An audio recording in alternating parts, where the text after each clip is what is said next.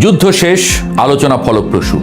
এই সব বার্তা শোনার ঠিক পরেই যদি দেখা যায় আকাশ থেকে প্যারাশুটে ভেসে নেমে আসছে নতুন সৈন্য, তখন মাথায় প্রথম প্রশ্নটাই আসে, এটা কি সত্যিই শান্তির গল্প, নাকি নতুন ঝড়ের আগে নিস্তব্ধতা?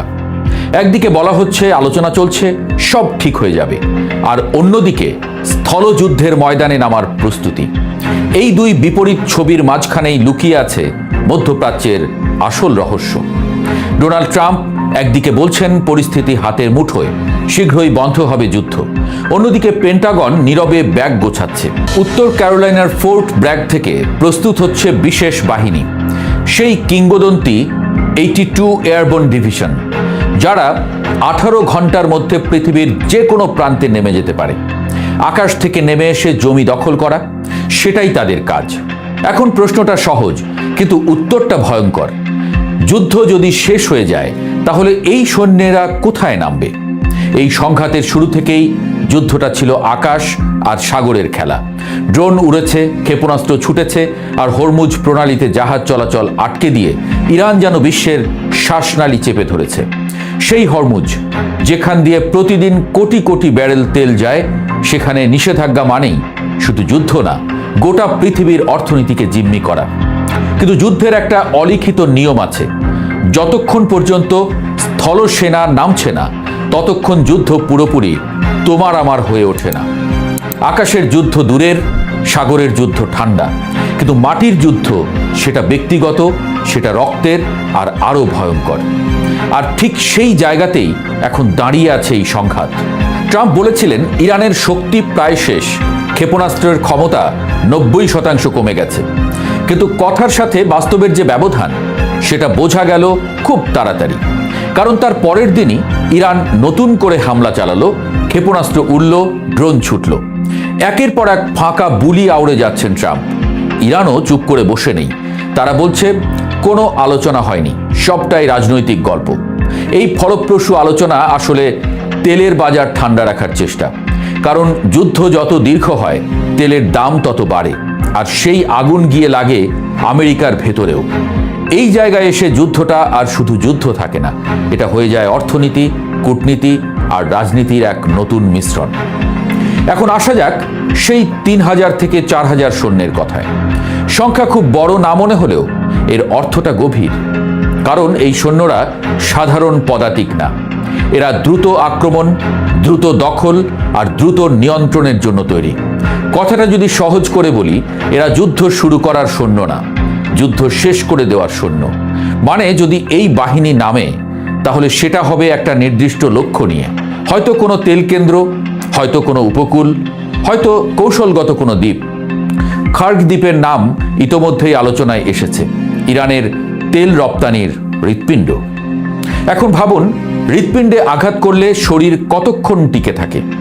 কিন্তু এই গল্পে আরেকজন চরিত্র আছে, যে একটু দূরে দাঁড়িয়ে সব দেখছে, কিন্তু মাঝে মাঝেই আগুনে ঘি ঢেলে দিচ্ছে।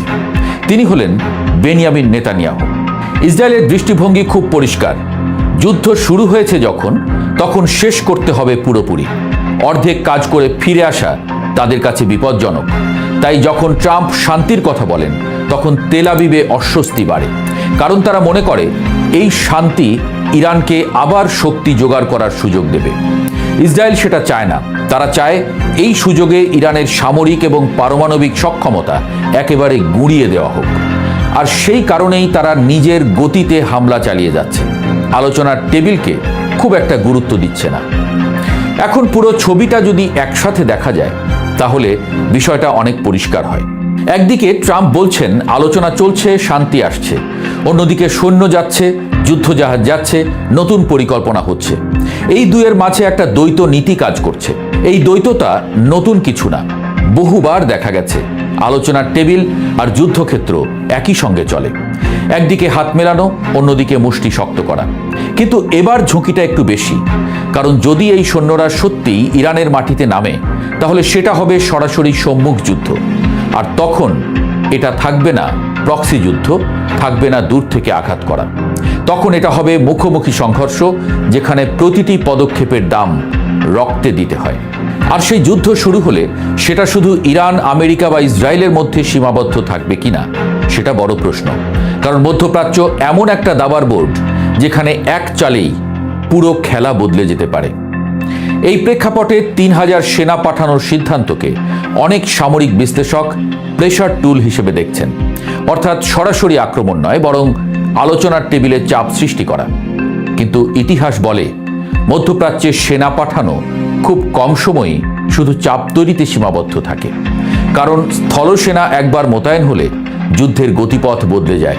তখন যুদ্ধ আর দূরবর্তী থাকে না, সেটি হয়ে ওঠে দীর্ঘমেয়াদী উপস্থিতি, নিরাপত্তা অঞ্চল, বাফার জোন এবং শেষ পর্যন্ত দখল রাজনীতির প্রশ্ন।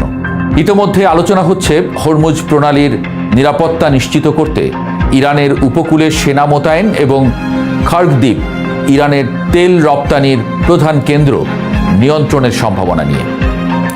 যদি এমন কিছু ঘটে তাহলে সেটি আর সীমিত যুদ্ধ থাকবে না, এটি সরাসরি অর্থনৈতিক যুদ্ধ হয়ে উঠবে। বিশ্ববাজার ইতোমধ্যে তার সংকেত পাচ্ছে। তেলের দাম ওঠানামা করছে, শেয়ার বাজার অস্থির এবং ইউরোপ ও এশিয়ার দেশগুলো উদ্বিগ্ন হয়ে পড়েছে। আরেকটি গুরুত্বপূর্ণ বিষয় হলো জনমত। সাম্প্রতিক জরিপে দেখা গেছে মাত্র ৩৫% আমেরিকান এই যুদ্ধ সমর্থন করছে, বিপক্ষে ৬১%। অর্থাৎ রাজনৈতিকভাবে এটি ট্রাম্পের জন্য ঝুঁকিপূর্ণ সিদ্ধান্ত। তবু প্রশ্ন থাকে, তাহলে কেন সেনা পাঠানো?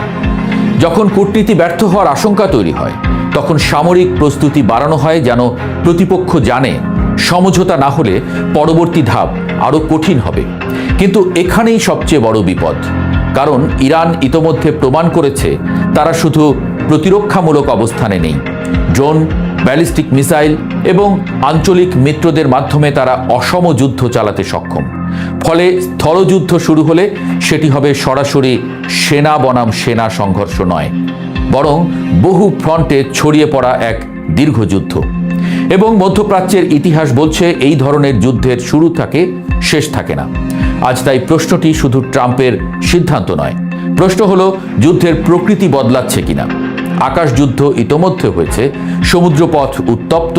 এখন যদি স্থলসেনা নামে তাহলে এই সংঘাত আর সীমিত থাকবে না, এটি হয়ে উঠবে পূর্ণাঙ্গ সম্মুখ যুদ্ধের সম্ভাবনা। ট্রাম্প পরাজয় স্বীকার করতে চাইবেন না সহজেই। যুদ্ধ জেতার জন্য তিনি আবার নতুন কোনো চাল দিচ্ছেন। যুদ্ধের এক অদ্ভুত নিয়ম আছে, যখন নেতারা বলেন যুদ্ধ শেষের পথে, তখনই অনেক সময় যুদ্ধ নতুন করে শুরু হয়। মধ্যপ্রাচ্যের মরুভূমি তাই আবার অপেক্ষা করছে, শান্তি নেমে আসবে নাকি বালুর নিচে লুকোনো আগুন আরো বড় বিস্ফোরণে ফেটে পড়বে।